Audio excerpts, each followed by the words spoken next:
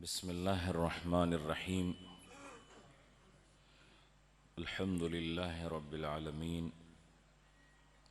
अस्सलातु वस्सलामु अला मुहम्मदिन व अला आलिहि व अस्हाबिहि अजमईन।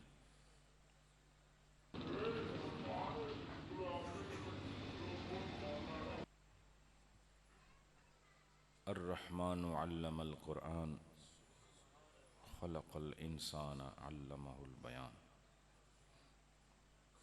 सदक़ल्लाहु मौलानल अज़ीम। दुरूद पाक पढ़ लीजिए। सलातो वस्सलामु अलैका या रसूल अल्लाह व अला आलिका व अस्हाबिका या हबीब अल्लाह।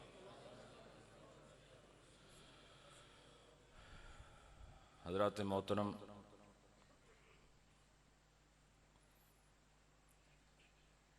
बहुत फ़रहत, शादमानी और इंबसात का मौका है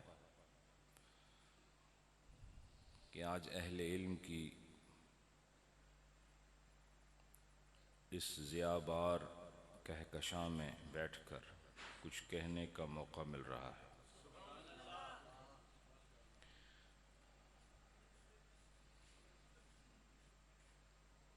जिस मोहब्बत के साथ आपने मुझे वसूल किया, मैं उसके बदले दुआगो हूँ अल्लाह आपको दोनों जहानों में सुरखरुई अता फरमाए।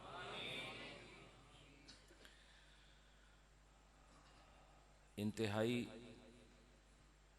वाजिबुल इज़्ज़त हज़रत अल्लामा मौलाना शहबाज अहमद उस्मानी सिद्दीकी नक्शबंदी, जिन्होंने आज की इस महफिल के लिए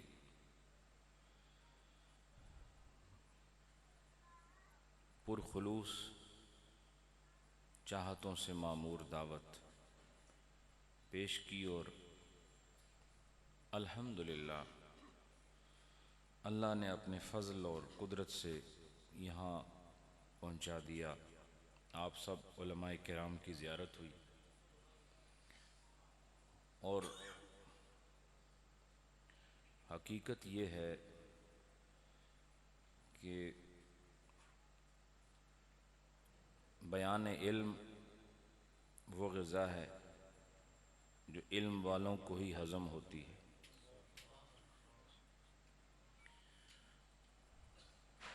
बर समाए रास्त हर कस चीर नेस्त, तो मैं हर मुर्ग के इंजीर नेस्त। वो चंद परिंदे हैं जो इंजीर खाना जानते हैं। इल्म एक रोशनी है और इसको फैलाने वाले चिराग हैं, और रोशनी चिराग के अंदर से बाहर आती है।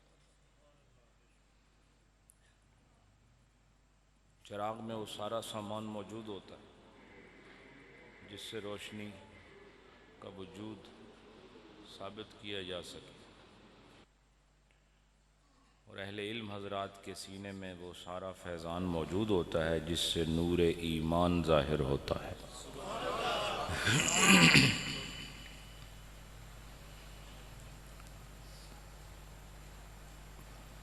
जय्यद उलमाए किराम तशरीफ़ फरमा हैं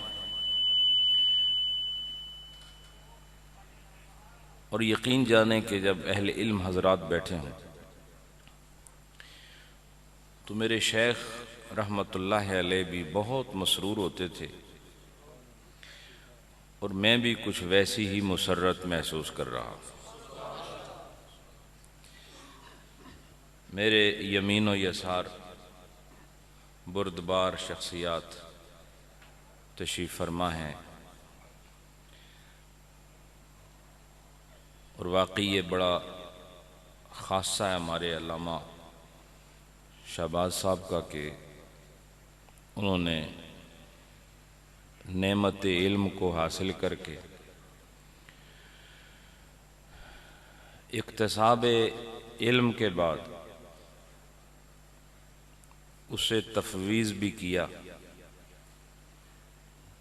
उसे उन सीनों तक पहुंचाया जो इस इल्म से आरी थे, और इससे ये साबित हुआ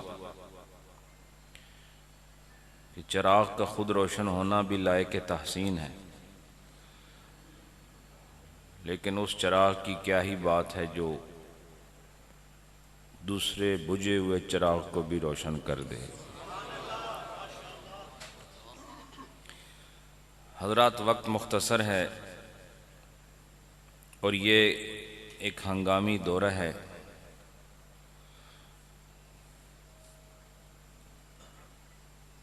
मैंने चूँकि अल्लामा साहब के साथ वादा किया था तो बहर कैफ मुझे आना ही था, तो मैं हाज़िर हो गया हूँ। मसरूफियात जो हैं वो बड़ी बेतरतीब हैं और मुसलसल सफ़र है, मुसलसल बयानात हैं और मुसलसल दुरूस मसनवी जारी हैं। मैं दुआगो हूँ कि अल्लाह पाक अल्लामा साहब ने जो मंसूबा शुरू किया है उसको जल्द पाए तकमील तक पहुँचाए, और इंशाअल्लाह आप भी ताउन करेंगे और आस्ताना आलिया से भी ताउन होगा इंशाअल्लाह। आस्ताना आलिया नेरियन शरीफ के खुलफाए क़याम भी मजलिस में तशरीफ़ फरमा हैं। आप अहले मोहब्बत भी यहाँ मौजूद हैं। तो आज तो हमारी जो मुलाकात है ये बड़ी मुख्तसर होगी। सेहत भी कुछ बेहतर नहीं है। मुझे अभी गुजरांवाला में एक और मकाम पे जाना है, वहाँ से काफ़ी सफ़र है मुझे मुख्तलिफ़ इलाक़ों में, पसरूर और बिलाखिर सियालकोट तक आज ही पहुँचना है। बहरहाल खुशी इस बात की है कि गुजरांवाला जो अपने पुरजोश होने के हवाले से मारूफ़ है, वो जोश और वो वलवला हमने यहाँ आके महसूस किया है। हज़रात, अहले इल्म की मजलिस है, तो मैं चंद मारूज़ात इस हवाले से पेश कर देता हूँ। अल्लाह रब्बुल आलमीन ने फरिश्तों को पैदा फरमाया, जिन्नात को पैदा फरमाया, और ये दोनों इंसान से पहले पैदा किए गए हैं।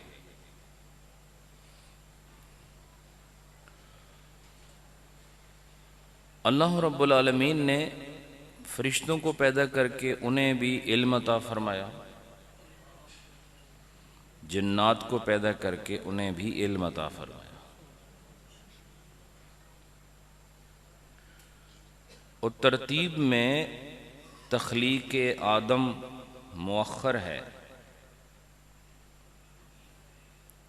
और बाकी मखलूक़ात मुक़द्दम है। और इसमें चूँकि हम इंसान हैं, अपनी फितरत के ताबे हैं,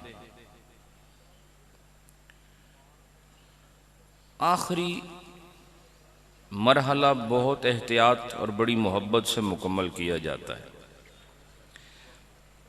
इंसान आखिर में आया और आखिर में आकर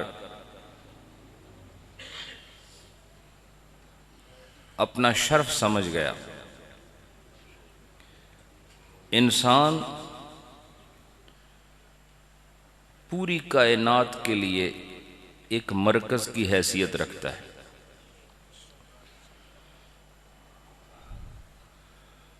हज़रात, अब ये कैसे हो सकता है कि अल्लाह फरिश्तों को इल्म अता फरमाए, जन्नात को इल्म अता फरमाए, लेकिन इंसान को इल्म न दे? ऐसे मुमकिन नहीं है। शऊर और चीज़ है, इल्म एक अलग मामला है।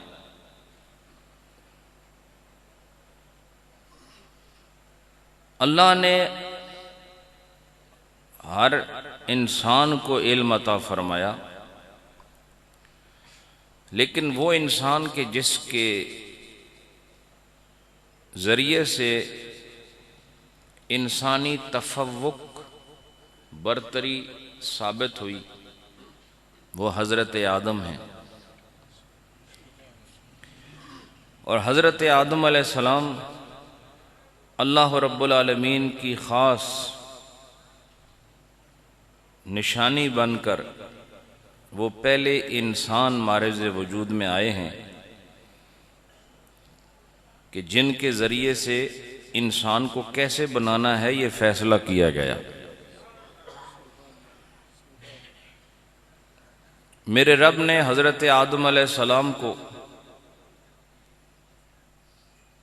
शान तस्विया के साथ हर शय को अपने अपने मकाम पर हसीन बनाकर जसद आदम को खूबसूरती और हुस्न अता फरमाया।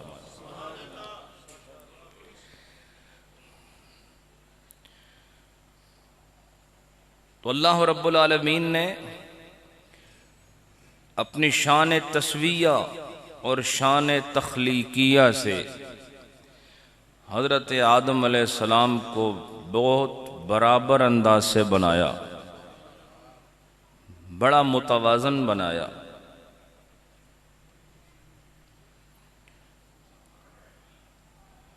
और इन्हें इंसानी सूरत देने के बाद उसमें रूह दाखिल करने के बाद अल्लाह रब्बुल आलमीन ने उन्हें इल्म की दौलत से माला माल फरमाया। और अल्लाह ने उसको खुद बयान फरमाया, वअल्लमा आदमल अस्मा। कुरान ने जिक्र किया है कि अल्लाह ने आदम को अस्मा सिखाए। हजरत जनाब रूमी रहमतुल्लाह अलैह इरशाद फरमाते हैं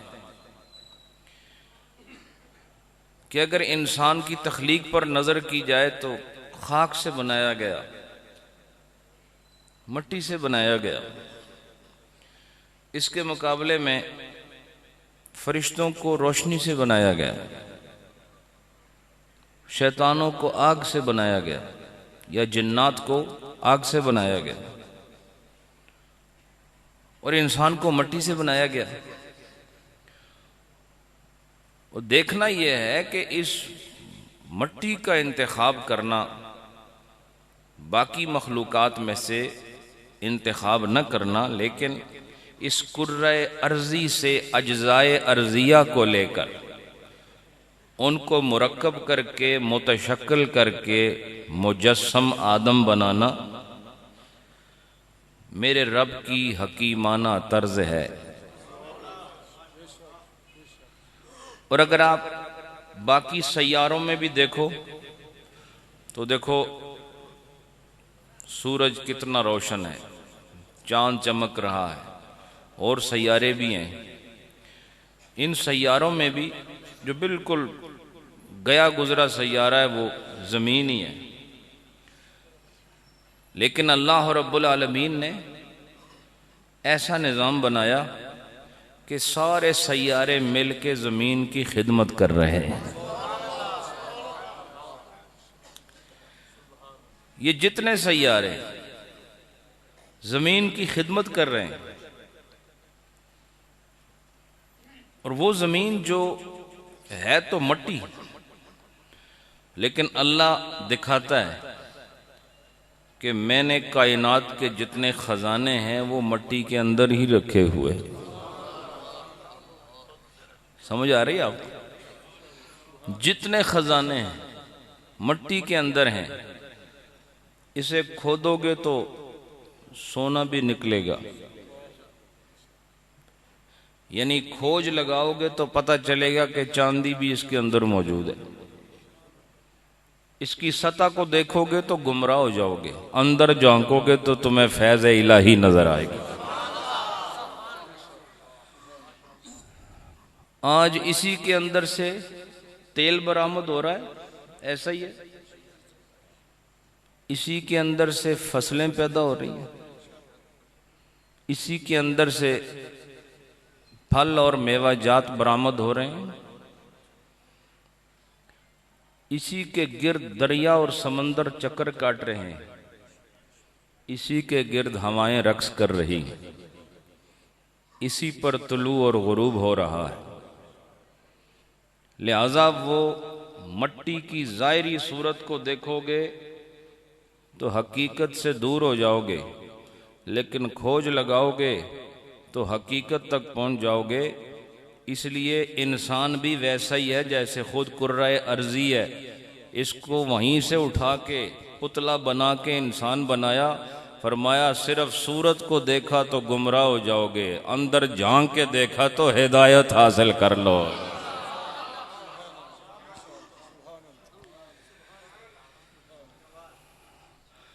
और इसी सूरत को देखकर लोग कहने लगे मां अंतुम इल्ला बशरुम मिसलुना, और गुमराह हो गए। और जिन्होंने हकीकत को समझा वो ये जान गए कि सूरतन बशर होना और बात है, अंदर से देखा जाए तो कुल जहान अंदर समाया हुआ नजर आता है। और वो क्या है? ये इल्म की दौलत है। अल्लाह ने फरिश्तों पर हजरत आदम की बरतरी को साबित करने के लिए उनकी सूरत को पेश नहीं किया, उनके फजलो कमाल इल्म को पेश किया है। समझ रहे हैं कि नहीं आप? और शैतान ने धोखा क्यों खाया? उसने सूरत को देखा। नहीं समझे आप? शैतान ने सूरत को देखा और अल्लाह ने सूरत का जिक्र ही नहीं किया। अल्लाह ने सूरत का जिक्र नहीं किया। अल्लाह ने फरमाया अल्लमा आदम अल अस्मा। हम अगर तुम्हें यह हुक्म दे रहे हैं कि मेरे इस बंदे के आगे झुक जाओ, तो सबब ये नाक नक्शा नहीं है, सबब ये कदो कामत नहीं है, सबब ये बतनो सदर नहीं है, और सबब ये बाल और ये खाल नहीं है, सबब ये पट्ठे रगें और गोश्त और जोड़ नहीं है, और सबब ये ज़ाहिरी चेहरा नहीं है। हम इसलिए तुम्हें हुक्म देते हैं कि हमने अपने इस बंदे को नूरे इल्म से मामूर फरमाया। लेकिन शैतान उस तरफ जा ही नहीं रहा था। वो कह रहा था खलकतनी मिन नारिन। वो उस असल जानिब जा नहीं रहा जिस तरफ अल्लाह ले जा रहा है। अल्लाह फरमा रहा है कि तू सजदा कर आदम को, फस्जुदू ले आदम, सारे के सारे मिल के आदम के आगे झुक जाओ। तो अब देखो, जो आग वाला था उसे मट्टी नजर आई, और जो नूर वाले थे उन्हें उनका कमाल नजर आया। इससे पता चला कि नूर वाले ही हकीकत शनास होते हैं, और अहले सुन्नत वालों तुम भी नूर वाले हो, हकीकत शनासी तुम्हारा हिस्सा है।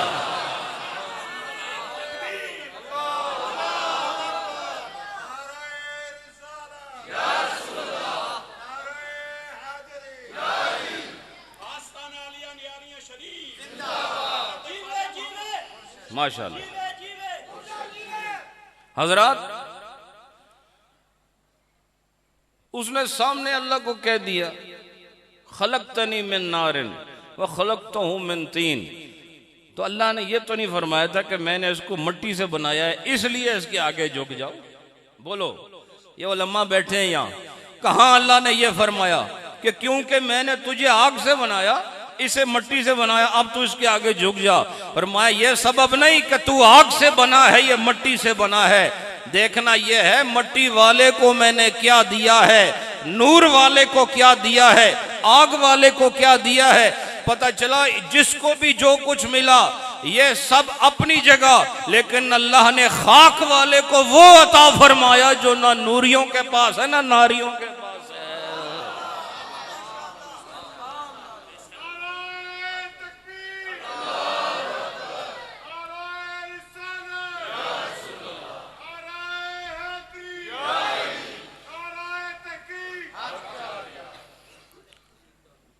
तो फरमाया तेरी नजर में मट्टी थी इसलिए तू गुमराह हो गया।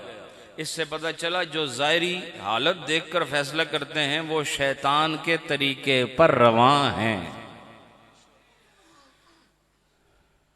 जो ज़ाहिरी शक्ल सूरत देखते हैं वो शैतान के तरीके पर चल रहे हैं और शैतान का अंजाम गुमराही और तबाही है। और जिसने ज़ाहिर बीनी से काम लिया उसका अंजाम भी तबाही बर्बादी है। रूमी रहमतुल्लाह अलैह दूसरी जगह फरमाते हैं कि ये छोटी और बड़ी मखलूक से कुछ नहीं होता, यानी मखलूक के साइज को देखकर आपने फैसला नहीं करना।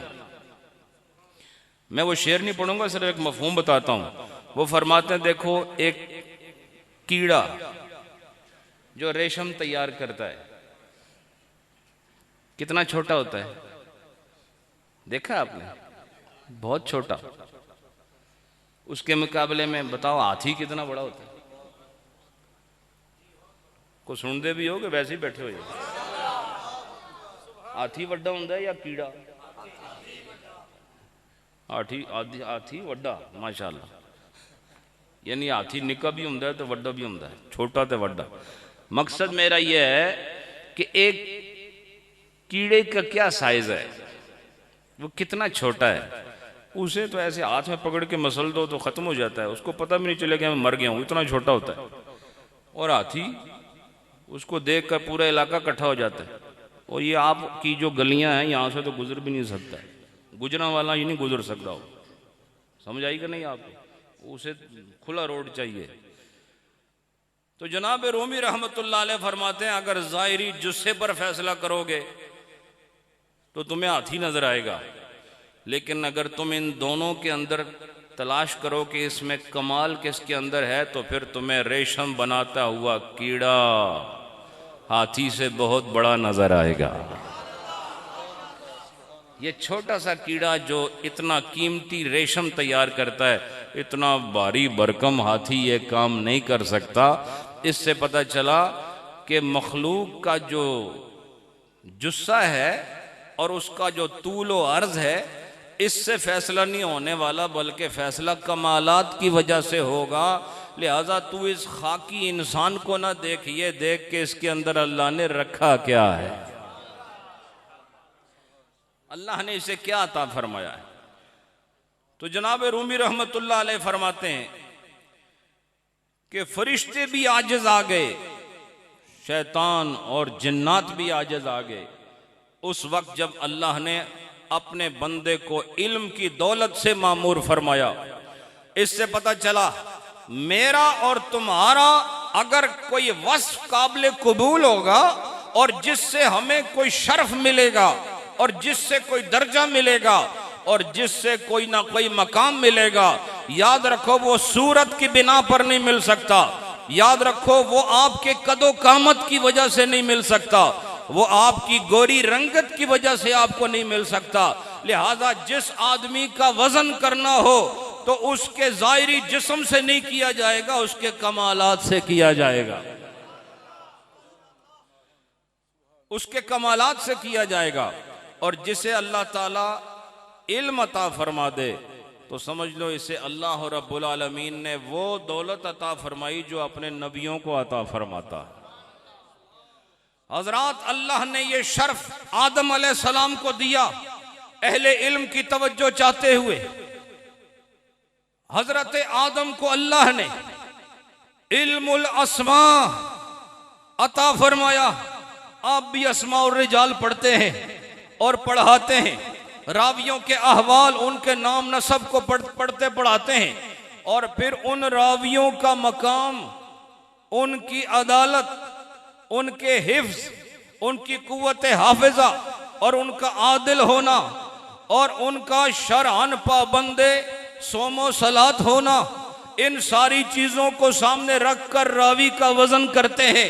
उसकी कदो कामत नहीं देखते और उसकी कौम नहीं देखते और उसकी रंगत नहीं देखते, बल्कि वो तमाम औसाफ जो एक रावी को रिवायत बयान करने के लिए उलमाए हदीस ने जो जो औसाफ मुकर्रर फरमाए हैं, वो औसाफ उस रावी में जब तुम्हें मिले तो उसकी रिवायत को बेधड़क ले लेते हो और हदीस का मर्तबा मुतहक्कक हो जाता है। फरमाया इसी तरह अल्लाह ने आदम अलैहिस्सलाम को भी अस्मा का इल्म अता फरमाया और ये कुरान की नस से सरीहा से ये बात वाज़े हो गई कि अल्लमल अस्मा का ताज अल्लाह ने आदम अलैहिस्सलाम के सर पर रखा।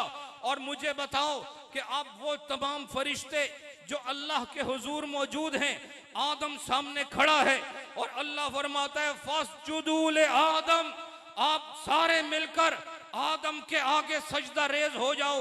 वजह क्या है? फरमाया अल्लमा आदम अल अस्मा, हमने आदम को सारे नाम सिखा दिए। और फरिश्तों से जब उन नामों के बारे में पूछा गया तो वो कहने लगे सुब्हानक ला इल्म लना इल्ला मा अल्लमतना, हम मां सिवाय उसके जो तूने हमें सिखाया है हम और कुछ नहीं जानते।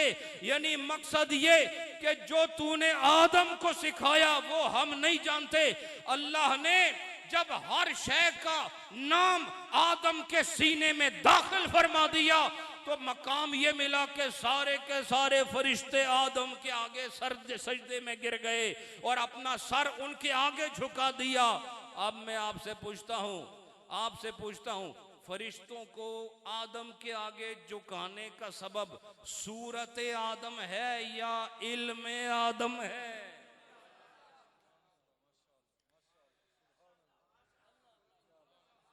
सूरत आदम है या इल्म आदम है?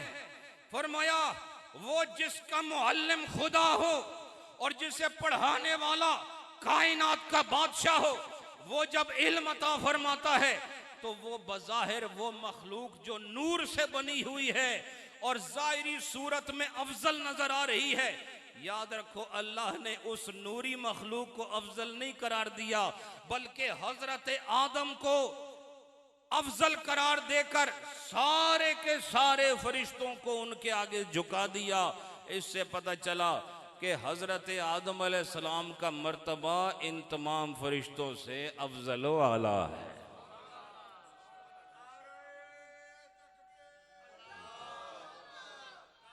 माशाअल्लाह।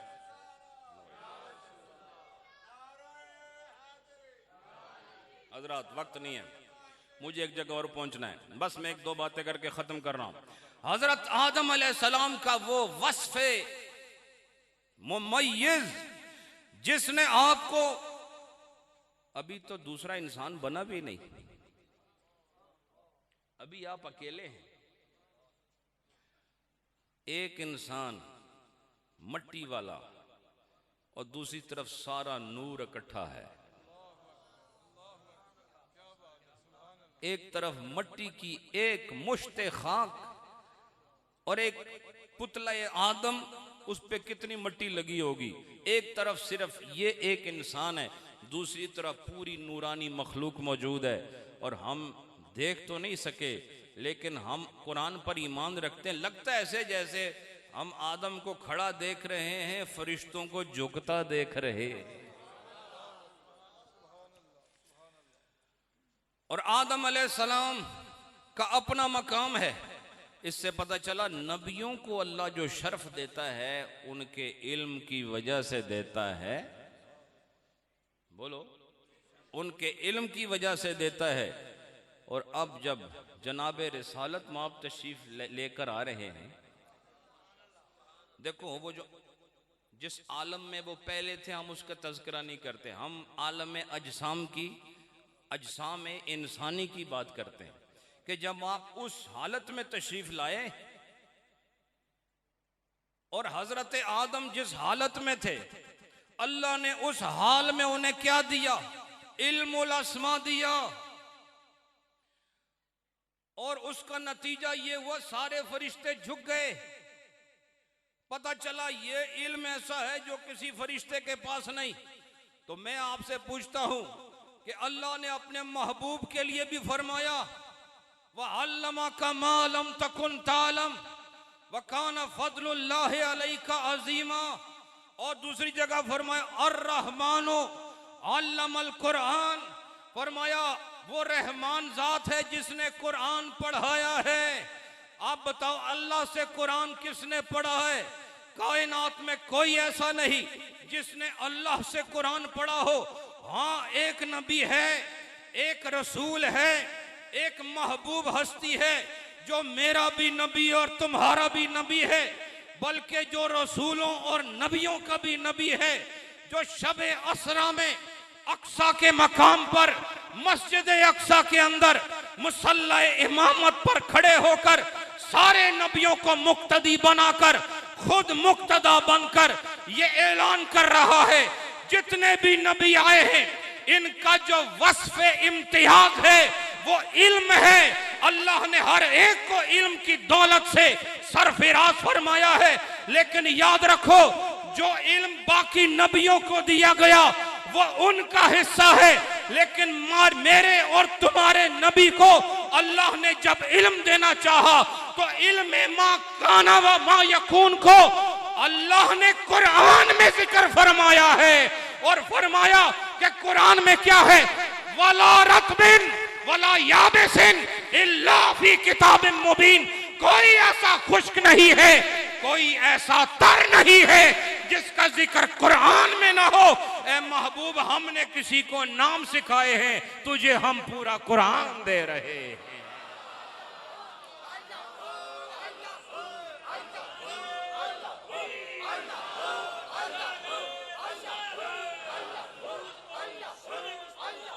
सुभान अल्लाह।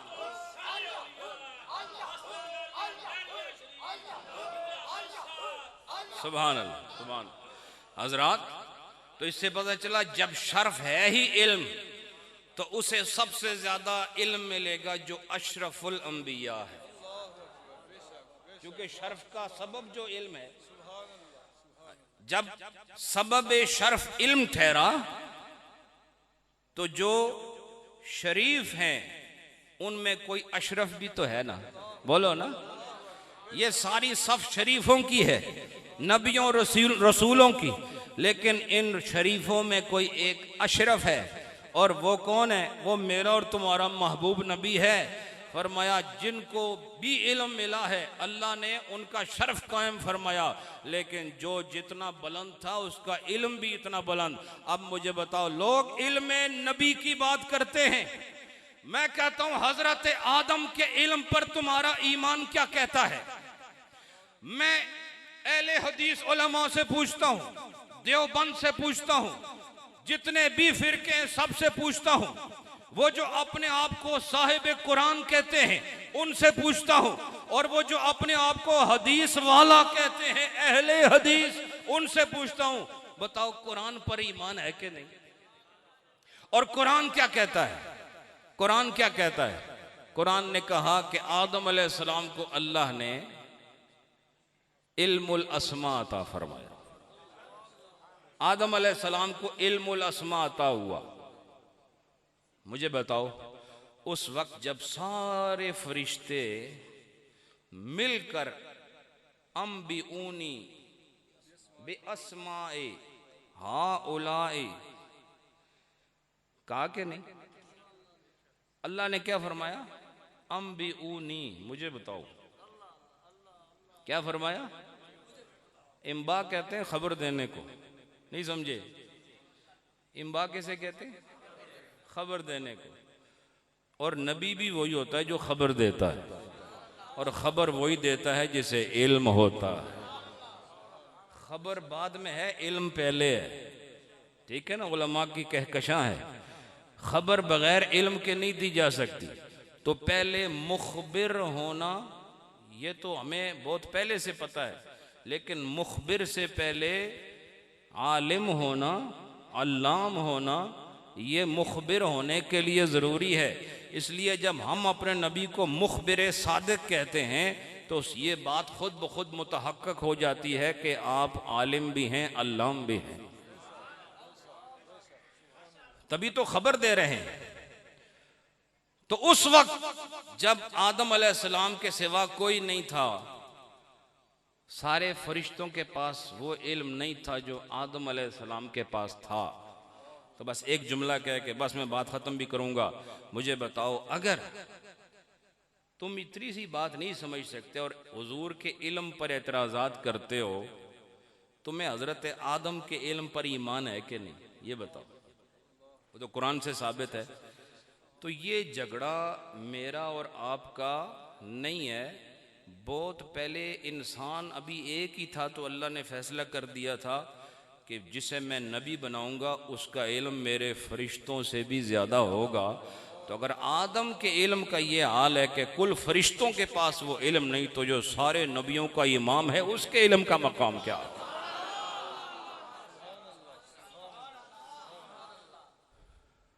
फरिश्तों के इल्म से ज़्यादा अगर आदम अलैहिस्सलाम का इल्म है। अब ये गैबी इल्म था कि नहीं? देखो, हर वो इल्म गैब होता है जिसका पता ना हो। वो इल्म गैब को ऐसा तो नहीं कोई अलग से बक्सा पड़ा हुआ है कहीं वहां से खोल खोल के कुछ देना है। जो भी चीज़ आपको नहीं पता वो गैब है। नहीं समझे भाई? जो चीज़ देखो, इल्म में जो चीज़ ना हो वो भी गैबूबत में होती है। समझ आई कि नहीं? बाज़ औक़ात आप चीज़ सीख लेते हैं फिर भूल जाते हैं। नहीं समझे? याद किया हुआ भूल जाता है। तो कभी कभी ऐसा भी होता है कि गैब जो है वो शहूद बन के फिर गैब हो जाता है। फिर वो जो गैब हो जाता है आप फिर क्या करते हैं? इस्तेहज़ार की कोशिश करते हैं।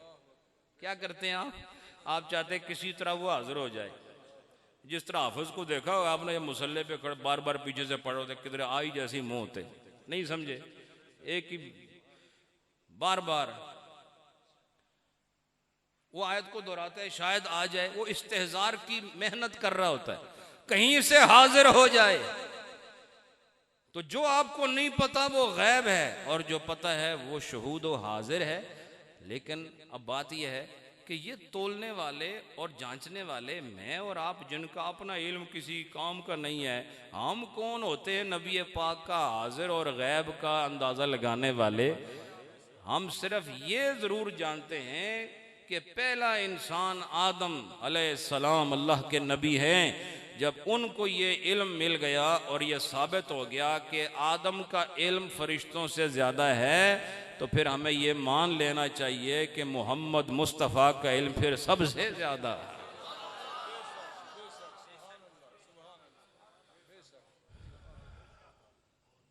जनाब रूमी रहमतुल्लाह अलैह बहुत गहरी बात फरमाते हैं। वो ये फरमाते हैं कि खाक से बना हुआ आदम जब उन्होंने अल्लाह से इल्म हासिल कर लिया तो फिर क्या हुआ? फरमाते हैं कि फिर सातों आसमान तक इल्म की रोशनी उनके लिए अयां कर दी गई। ये इस पर तो मुफस्सिरीन ने बड़ी बहस की है। इल्मुल अस्मा भी ये कोई मामूली चीज़ नहीं है। यहाँ इसकी बड़ी बहस है, मेरे पास वक्त नहीं है, वरना मैं हज़रत आदम के इल्मुल अस्मा में जितनी गहराई है वो अर्ज़ करूँ तो आप हैरान हो जाएंगे। वो इतनी तफसील बयान करते हैं कि आदमी हैरत में डूब जाता है। ये नहीं कि आपका नाम अबू बकर है तो आपका नाम अब्दुल्ला है तो इतना आपको पता था, ये ऐसा नहीं है। इसकी बड़ी तफसीलात हैं, लेकिन इस तफसीलात के लिए मेरे पास अभी वक्त नहीं है। लेकिन इंशाल्लाह जिस तरह अभी हमारे मुफ्ती साहब ने कहा है, आज सिर्फ हमने थोड़ा सा दस्तरखान से चखा है, बाकायदा दावत अगले साल होगी इंशाल्लाह।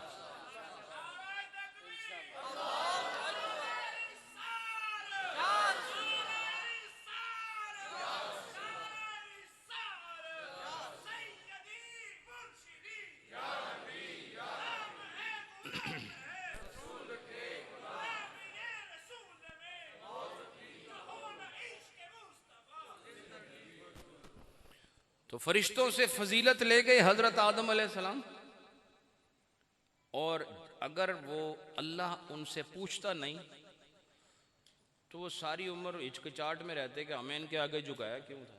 हालांकि फरिश्तों का ये काम नहीं है, वो ला यासून अल्लाह मा अमरहुम, वो ऐसे नहीं है। लेकिन हम अपनी एक इंसानी सोच के मुवाफिक बात कर रहे हैं। तो लेकिन अल्लाह ने जब उनसे हुक्म फरमाया कि अम भी ऊनी, मुझे खबर दो, तो वो खबर नहीं दे सके। अब जब आदम अलैहिस्सलाम ने वो खबर दे दी तो उनको पता लग गया कि इनको शर्फ हासिल है। जी। तो जब शर्फ हासिल हुआ तो उस वक्त सजदा ताजीमी कराया गया। कौन सा सजदा? हाँ, वो सजदा ताबुदी नहीं था, वो सजदा ताजीमी था। और याद रखो कि उस दौर का रिवाज ऐसा ही था, उस दौर का रिवाज ऐसा ही था कि जिसको शर्फ हासिल होता उसकी ताज़ीम में फिर सजदा मुरव्वज हो गया। और ये अजब बात है कि जब वो नबी आया जिसका दर्जा सबसे बुलंद था तो ये सजदा ख़त्म कर दिया। भाई ये काबिल गौर बात। चूंकि अब दीन मुकम्मल हो रहा है ना, तो इस सजदे वाली बात को ख़त्म कर दिया और कहा यह पिछलों का काम था। अब सजदा उसी के लिए होगा जिसने कायनात बनाई है, जिसके लिए तुम वजूद में आए। वो एक ही सजदा होगा, वो सजदा ताज़ीमी नहीं, सजदा ताबुदी होगा। और सजदा ताबुदी सिर्फ अल्लाह के लिए रवा है। तो जनाब रूमी रहमतुल्लाह अलैह फरमाते हैं वो क्या इल्म दिया अल्लाह ने कि सातों आसमान उनके लिए रोशन हो गए। भैया एक शेर सुने फिर मैं आपसे रुखसत चाहता हूँ। आदम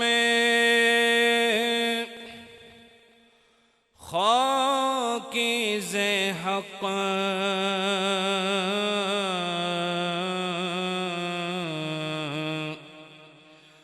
आमुख्त इल्म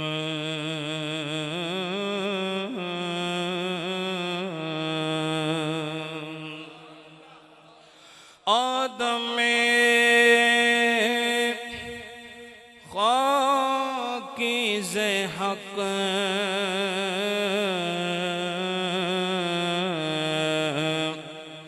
आमुख्त इल्म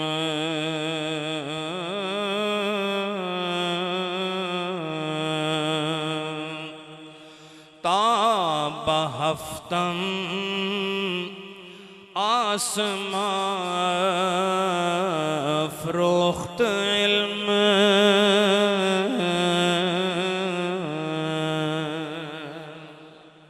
आदम खाकी, आदम खाकी ज़े हक़ आमोख्त इल्म। अच्छा, इसमें अकीदा अहले सुन्नत बयान हो गया। इसी में वक्त नहीं हजरात, में तो खिड़कियां खुल रही हैं आस्ता आस्ता, लेकिन वक्त नहीं है। आदम खाकीज़ हक़ आमोख्त इल्म, इस खाकी आदम ने हक से इल्म हासिल किया। तो अहले सुन्नत का अकीदा साबित हो गया कि हम जितने भी मदारिज फ़ज़ाइल नबियों के बयान करते हैं वो ज़े हक़ हैं। नहीं समझे? ज़े हक़ का मतलब क्या? अल्लाह की तरफ से है। तो जब ये साबित हो गया कि आदम को शर्फ मिला ना, फरिश्ते आगे झुक गए, कहाँ से मिला? ये अल्लाह से मिला। तो जब अल्लाह दे रहा है, वो ले रहे हैं, तो तुझे क्यों पेट में दर्द हो रहा है? अच्छा, फिर ये भी अजीब बात है, अगर कोई कहे कि आपके वालिद साहब को बहुत इल्म अता किया गया, उनको ऐसा इल्म अता किया गया कि वो आंख बंद करते थे और वो दूर तक उन्हें नजर आता था। अगर कोई बयान करने वाला रावी सही हो, दाढ़ी हो, पगड़ी हो, नमाजी हो, परहेजगार हो, तो आपको ये बात खुश करेगी कि नहीं? बेशक आपको ना पता हो, खुश करेगी। लेकिन अगर आप कहें नहीं तू मुशरिक हो गया, मुल्हिद हो गया, बिल्कुल ही काफिर हो गया, तेरी तौबा भी कभी कबूल नहीं होगी आज के बाद, तो ये अजब बात है। तो मैं कहता हूं कि बाप का हक ज़्यादा है या नबी का हक ज़्यादा है? ये भी अकायद के मसाइल हैं, ये कोई फ़ज़ाइल में नहीं बयान कर रहा हूँ, अकायद के मसाइल बयान कर रहा हूँ कि हुकूक में माँ और बाप अव्वल हैं या नबी की ज़ात अव्वल है? नबी की ज़ात अव्वल है ना। तो अब ये अजब है कि इसे अपने नबी के बारे में अगर फ़ज़ाइल सुनने को मिलें और अज़मत का बयान आए तो इसको उस पर एतराज़ होता है। ये चाहता है कि ज़रा कुछ छोटा जो नबी होवे तो फिर ठीक है, वो बहुत बड़ा नहीं होना चाहिए।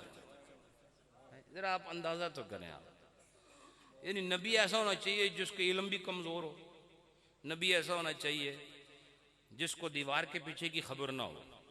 तो भाई वो तो हमें भी खबर नहीं, तो हम में और नबी में फिर फ़र्क क्या रहा? नहीं समझे? ये चाहते हैं नबी ऐसा हो जिसे दीवार के पीछे खबर ना हो, और ये चाहते हैं नबी ऐसा हो जिसको कोई गैब की खबर हासिल ना हो, और ये चाहते हैं नबी ऐसा हो जो बिल्कुल हमारी भाइयों की तरह हो। नहीं समझे? और हम क्या, हम चाहते नहीं है, हमारे चाहने से कुछ हो ही नहीं सकता कि नबी कैसा होना चाहिए। अगर ये अकीदा रखो नबी कैसा होना चाहिए, तुम काफिर हो जाओगे। ये फैसला खुदा ने किया है, नबी कैसा होना चाहिए। समझ आइए आपको? ये फैसला अल्लाह ने करना है कि नबी कैसा होना चाहिए। लिहाजा मेरा तुम्हारा काम नबी की इज्जत और मकाम को नापना नहीं है, बल्कि जो अल्लाह ने उसे बना दिया है मिन्नो आन वैसे मानना हमारा फर्ज है।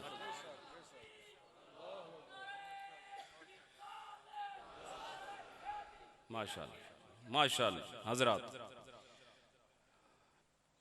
ये सारी बहार मैंने जो अंबिया अलैहिस्सलाम के ज़रिए से आप तक पहुंचाई है, ये बताने के लिए कि इल्म बहुत बड़ा फैज़ है।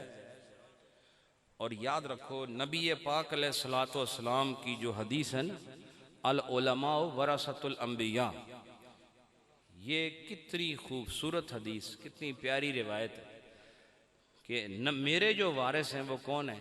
इल्म वाले हैं। कौन है? इल्म वाले हैं।